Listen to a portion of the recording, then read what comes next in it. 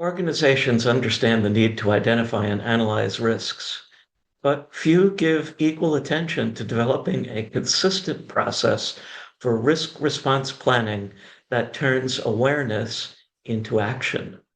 A well-designed process guides decision-making, reduces cognitive bias, and manages secondary or residual risks arising from those responses. Without a process, risk management becomes reactive.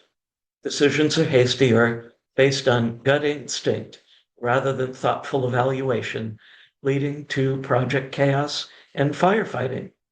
A repeatable process ensures the team responds consistently, proportionately, and transparently. Risk management becomes a disciplined, value generating practice.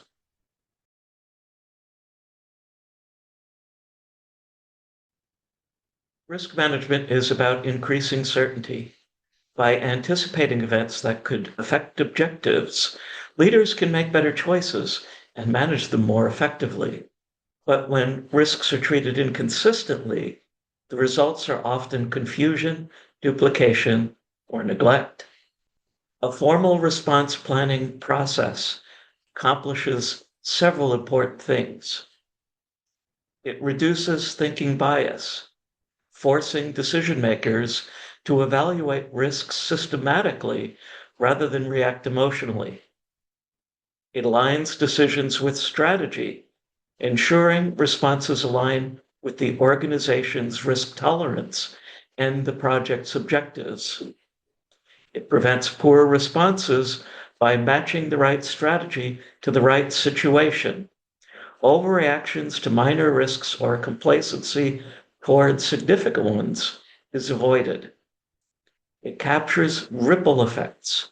It ensures that new risks created by response actions are identified, analyzed, and treated just like the originals.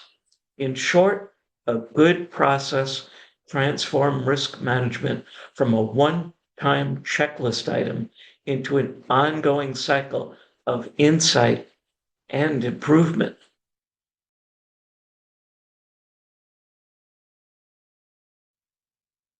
Every project faces many potential risks, but not all deserve immediate attention.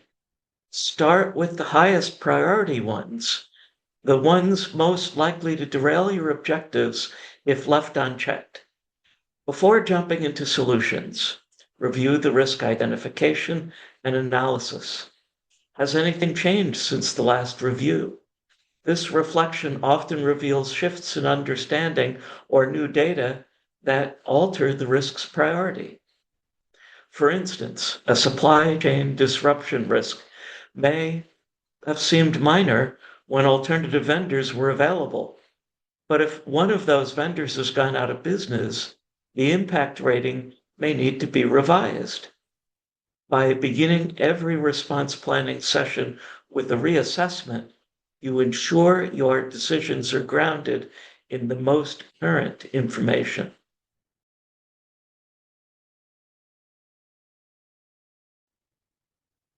Once the risk is clearly identified, identify at least one trigger. This is a specific event or condition that signals the risk is imminent. This allows the team to monitor and take early action when necessary. Triggers are warning lights on your project dashboard. They transform vague worries into concrete monitoring points.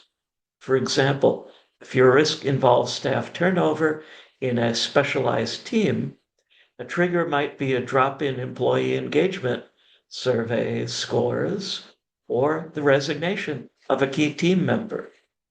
The process of identifying triggers can also uncover new information. You may discover related risks or recognize patterns in causes that weren't previously obvious. Each insight adds depth to your risk profile and improves the accuracy of your monitoring system.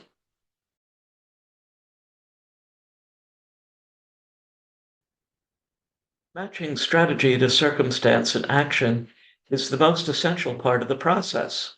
A risk response strategy should align with both the risk's priority and the organization's appetite for risk. Too often, teams select responses based on convenience rather than strategy. The four classic strategies for negative risks or threats are avoid, mitigate, transfer, and accept. For positive risks or opportunities, the strategies mirror the same logic: adopt, enhance, share, accept. All risks, positive and negative, should have a fifth strategy: escalate. This is for risks or their responses that are outside the team's scope and need to be escalated to a higher level of management. The project manager and team need to track the results of an escalation. Consistency is critical.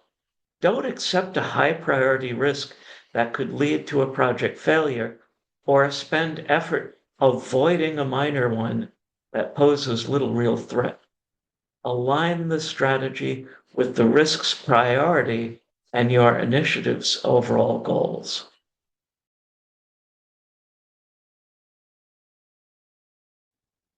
Next, translate the strategy into actions aligned with the strategy and the project's constraints. This step demands creativity and discipline. For example, an accepted risk should not be accompanied by actions that change the overall plan. If the strategy is to avoid a risk, what specific actions will eliminate the threat? If mitigation is the goal, what actions reduce the likelihood or impact? What might involve additional testing, training, or quality control measures, for example? Response planning also requires balancing actions against the organizational risk profile and project objectives. A mitigation plan that adds months of delay or millions in cost may protect against one risk while introducing many new ones. This is where the art of project management intersects with process discipline. A structured approach helps prevent overcorrection. Each response should be analyzed for feasibility, cost, timing, and secondary effects. Document the plan in the risk log, noting the actions, the responsible owners, target dates, and performance indicators. A risk without an owner is merely a wish list item.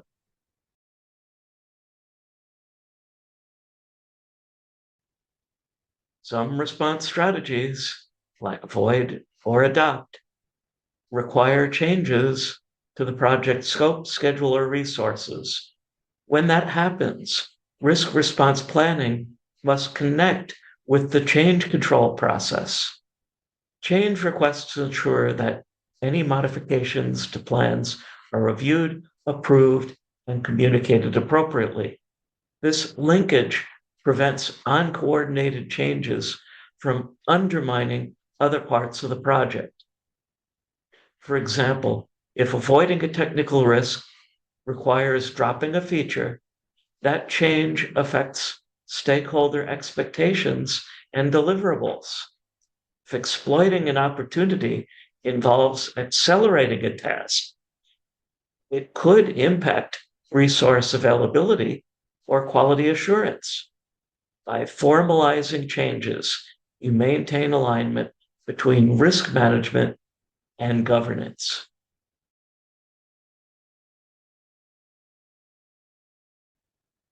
An often overlooked part of risk response planning is the emergence of new risks created by the responses themselves. Every action carries potential side effects, so the team must run responses through identification, analysis, and response planning to ensure all significant risks are identified and addressed. Consider a project that mitigates a data breach risk by increasing access controls. The tighter controls may in turn slow down system performance or frustrate users, creating new operational or adoption risks. Similarly, outsourcing to transfer risk can introduce dependency on an external vendor, creating another risk that requires monitoring.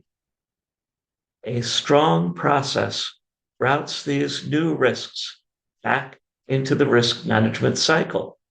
They should be logged, analyzed, prioritized, and managed like any other risk. This feedback loop is critical for keeping the process adaptive while uncovering all significant risks.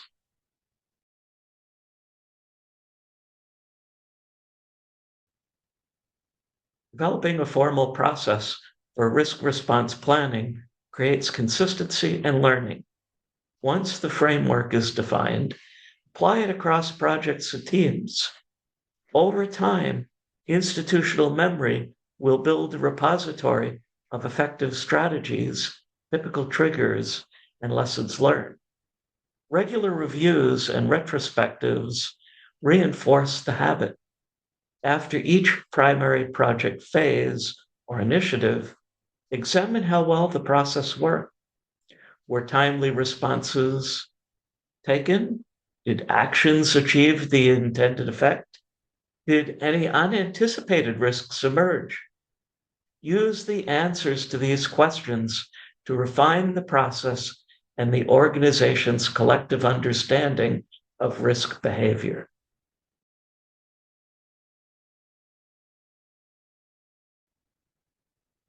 A structured process for risk response planning yields measurable benefits. Projects experience fewer surprises, fewer emergency meetings, and less rework.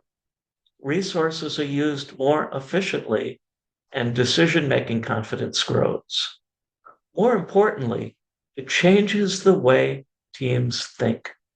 Instead of viewing risk as something to be feared or avoided, they begin to see it as information, a signal about where to focus attention and where to find opportunity.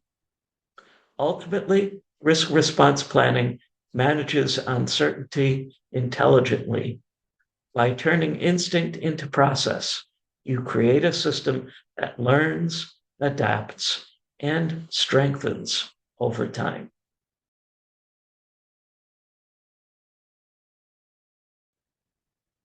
Risk response planning process is a mindset.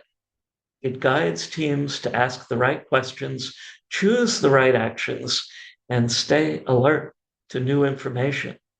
Start with the highest priority risk. Identify what will tell you it's coming. Select a strategy that fits the context. Plan realistic actions, integrate them into your project, and track any new risks they create. Over time, the structured approach will be institutionalized. Risks will move from reactive firefighting to proactive foresight. And that ultimately is the difference between teams that survive uncertainty and those that thrive within it. Thanks for watching, everyone. If you're getting value from these tips, please like, share, and consider subscribing so we can reach 3,000 subscribers this year. As always, take care. I'll see you soon with another tip.